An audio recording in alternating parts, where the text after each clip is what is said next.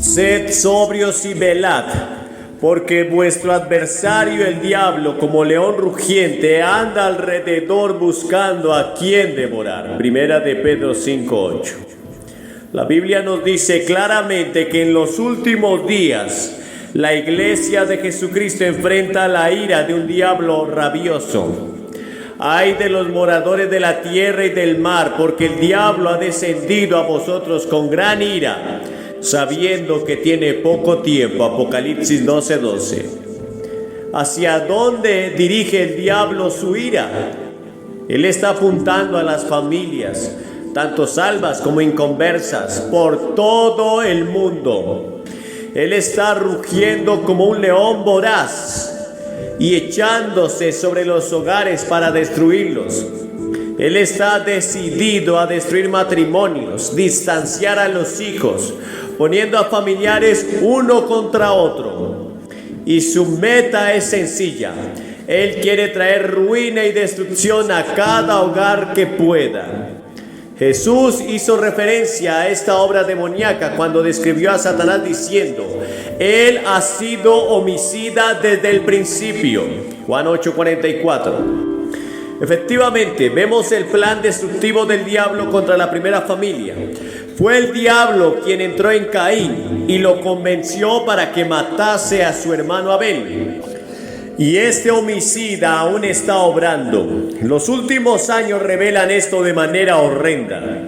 Hace 4 años el diablo tomó el control de 2 muchachos en Colorado y los llevó a una rugiente destrucción.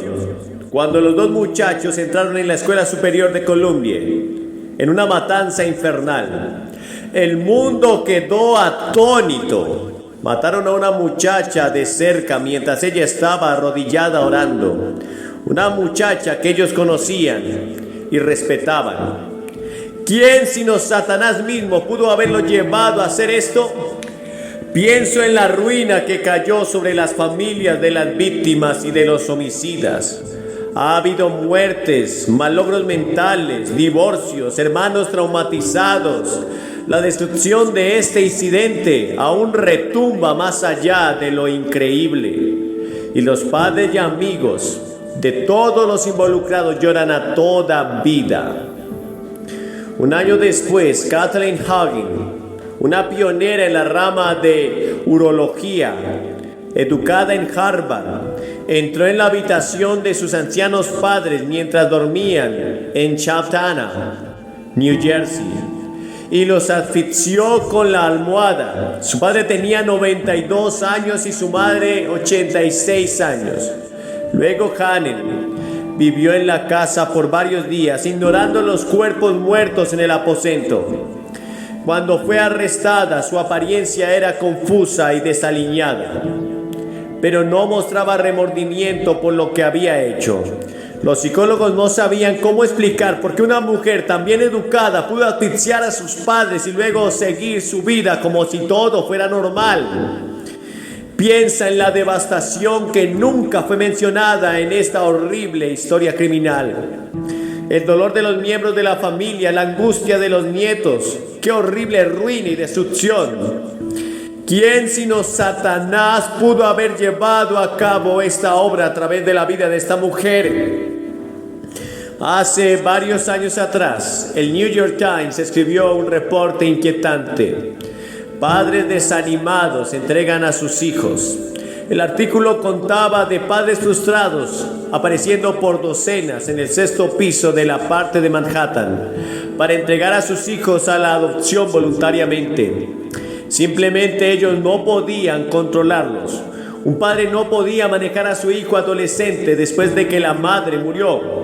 Otro padre entregó a su hija adolescente porque estaba viviendo salvajemente, totalmente fuera de control. Los oficiales de la corte que escucharon estos casos estaban desconcertados. Un juez le preguntó a una madre qué había llevado a su hija. ¿No la quieres? ¿No te gustaría llevártela a casa? La madre cansada movía la cabeza diciendo que no. La jovencita irrumpió en sollozos incontrolables. El artículo señalaba que las familias se estaban separando a gran velocidad. La corte familiar de New York estaba abrumada con los casos. Muchos de los niños puestos en hogares para posible adopción pronto caían en peor condición. Algunos de ellos terminaron huyendo y viviendo en las calles. Especialmente impresionante fue una historia en las noticias, contado de una raza de drogadictos. El titular leía: niños usando drogas en casa con sus padres. Evidentemente, el 30% de los adictos hoy dicen que se iniciaron en casa con sus padres, quienes los introdujeron a las drogas. ¿Cómo puede suceder tal cosa? Estos padres usaron drogas en su adolescencia.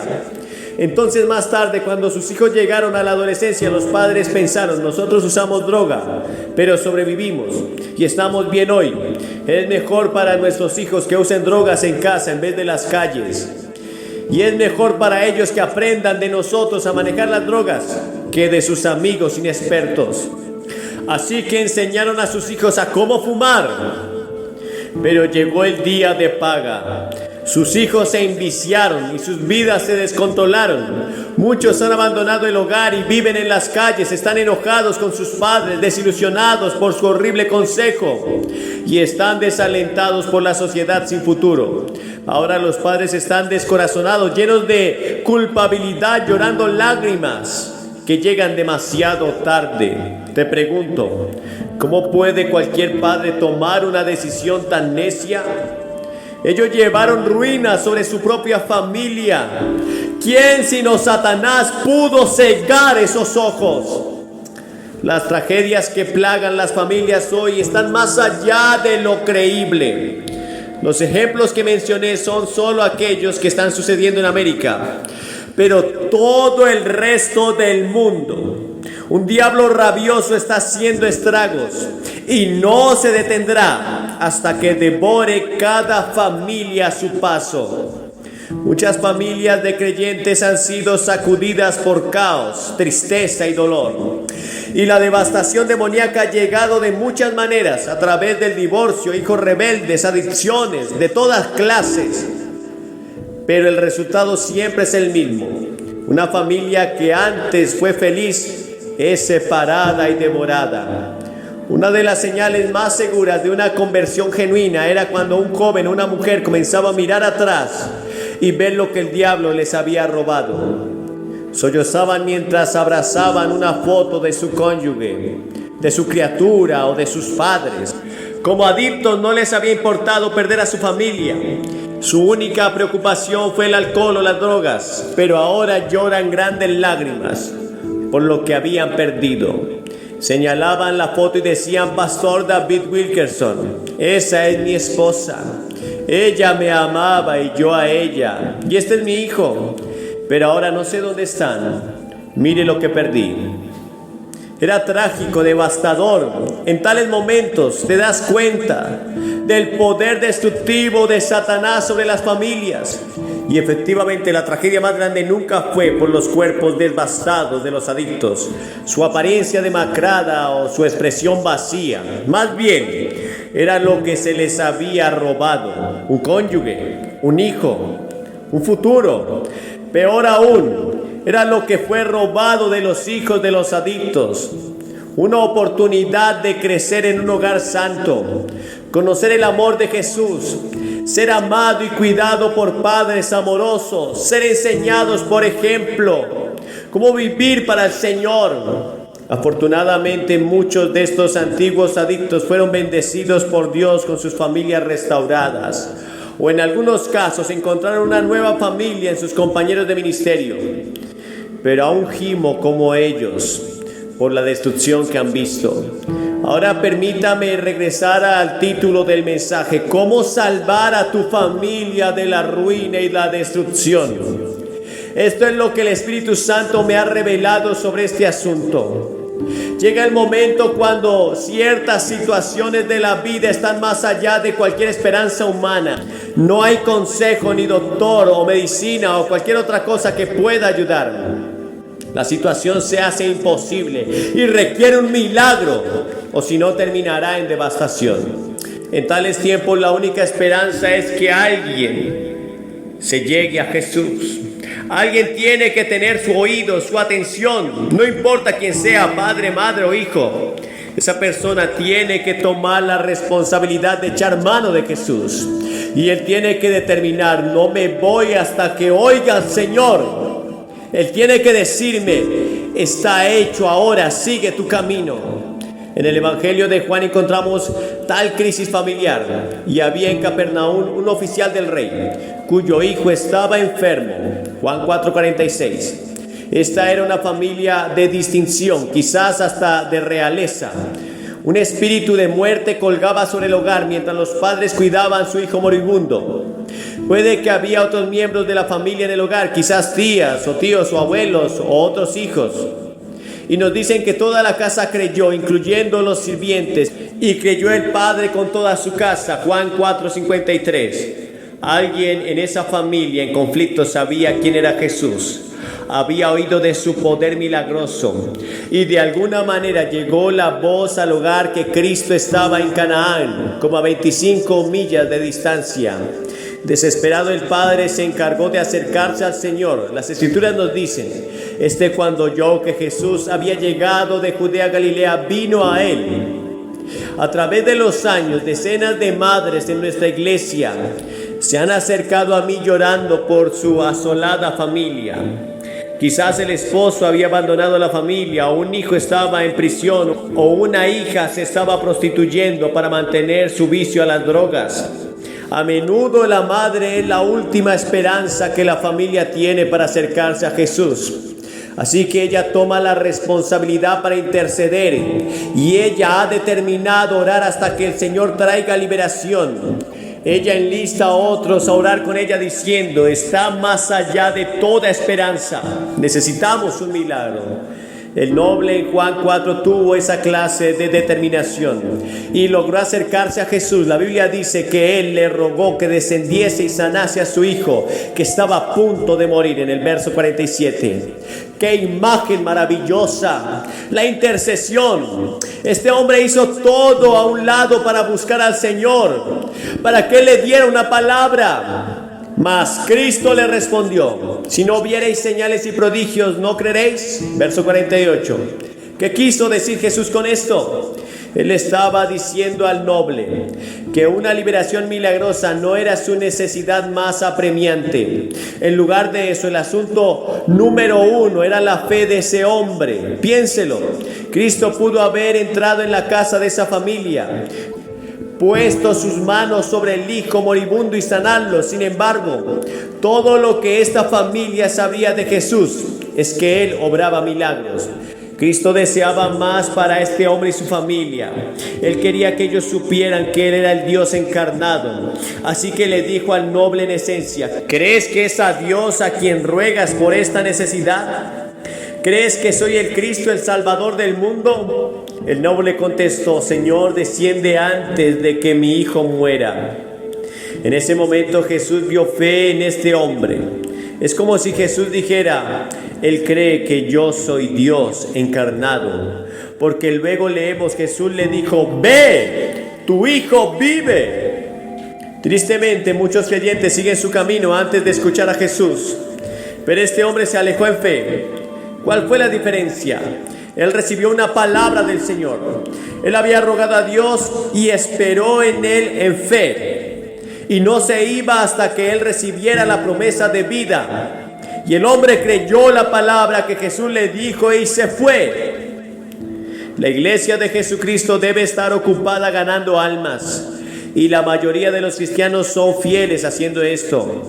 Oramos por las naciones perdidas, por avivamiento en nuestras ciudades. Doy gracias a Dios que su pueblo está haciendo este vital trabajo. Pero déjeme preguntarle algo. ¿Quién está orando fielmente por su padre, madre, hermana, hermano, primo, abuelos, inconversos?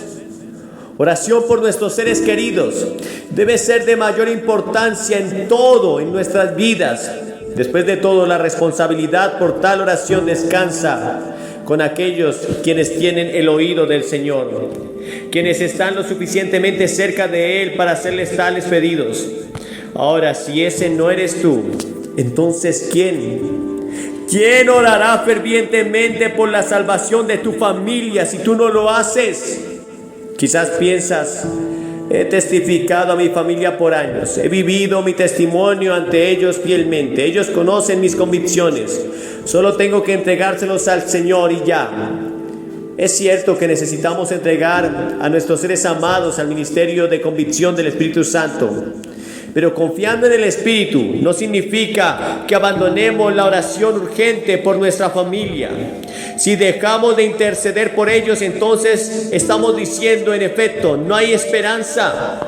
Confiar en el Señor significa hacer lo opuesto. Si realmente creemos en Él para salvación y liberación, rogaremos como hizo el noble: por favor, Jesús, ven ahora.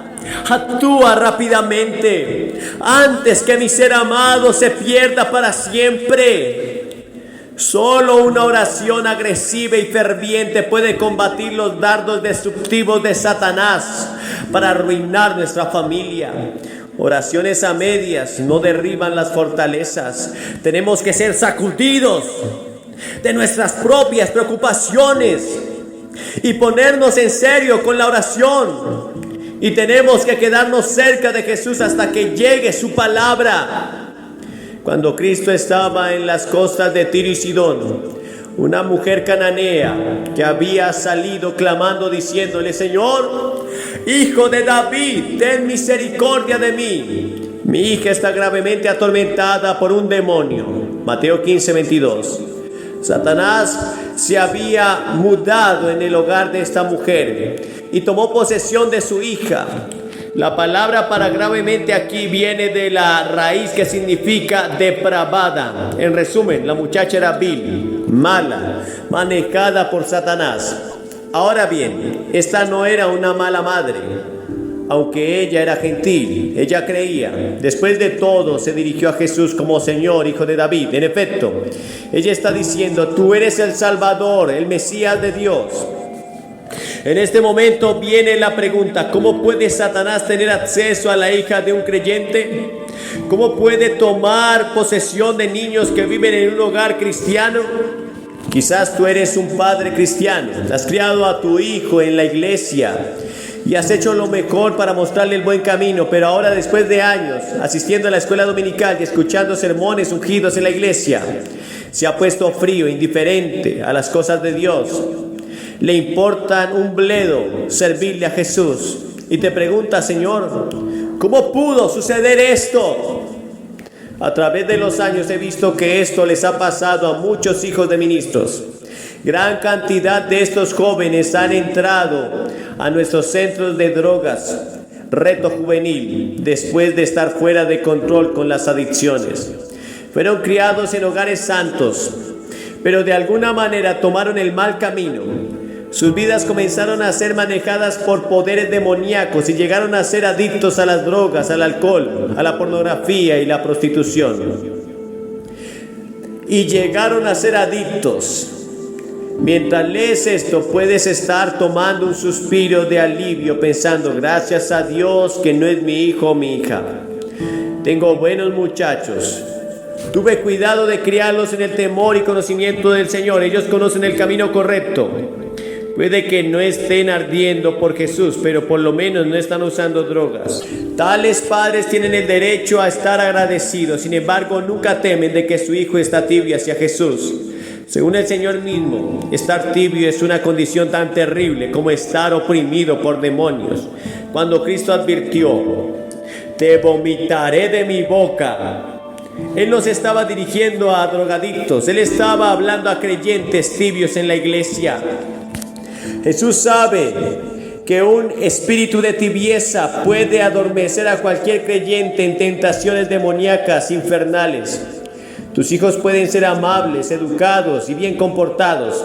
Ellos pueden alejarse de la mala compañía, respetar a los mayores y ser rectos moralmente. Pero si no son sinceros en su amor por Jesús, si están vagando espiritualmente, están en peligro.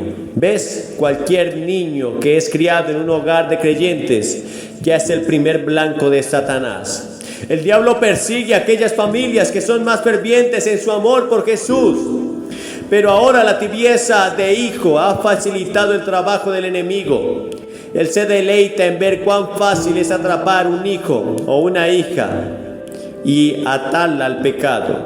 Hasta los cristianos más devotos, incluyendo a ministros, pueden estar cegados por la trampa que Satanás ha tendido para sus hijos espiritualmente pasivos. El enemigo está buscando constantemente cómo apagar la menor chispa de vida espiritual que hay en ellos. Les ruego, padres cristianos, no permitas que el diablo llegue a tu hijo. Ponte sobre tu rostro diariamente y rodea a tu joven con intercesión.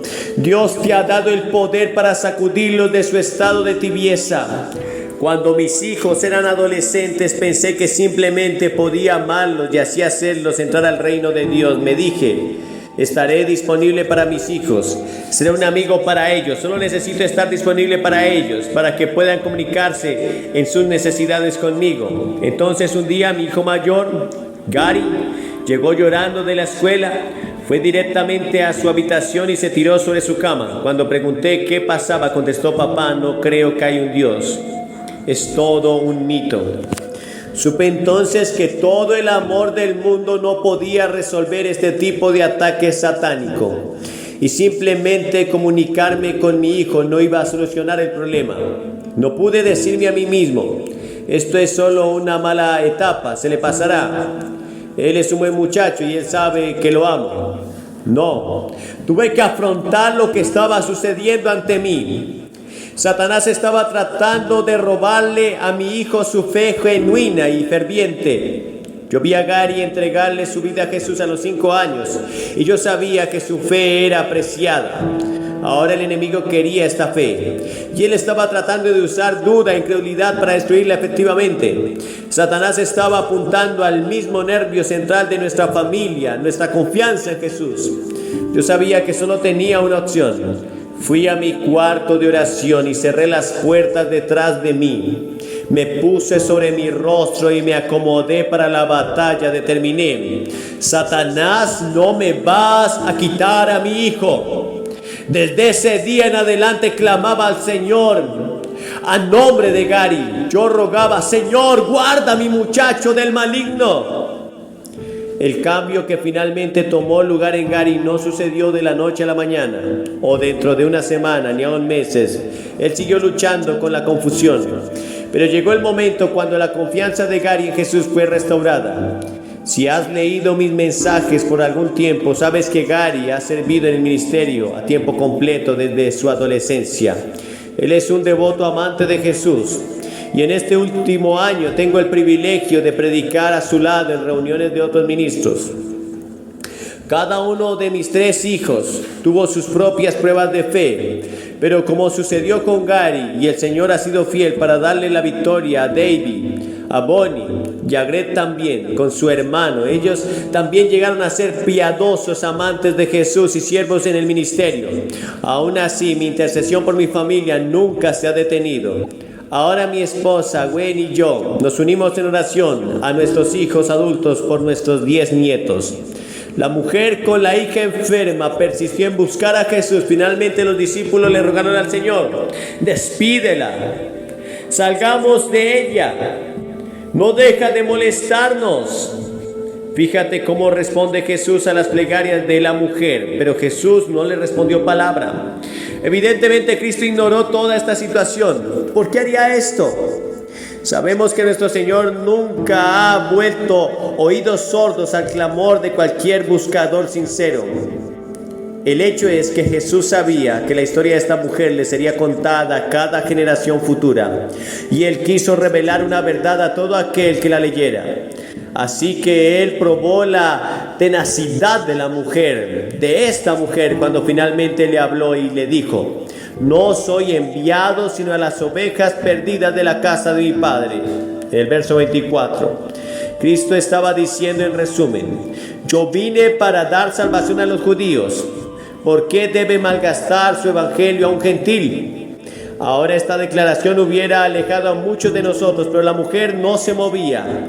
La condición de su hija era un asunto de vida o muerte para ella, y ella no le iba a dar descanso a Jesús hasta que le diera lo que ella necesitaba.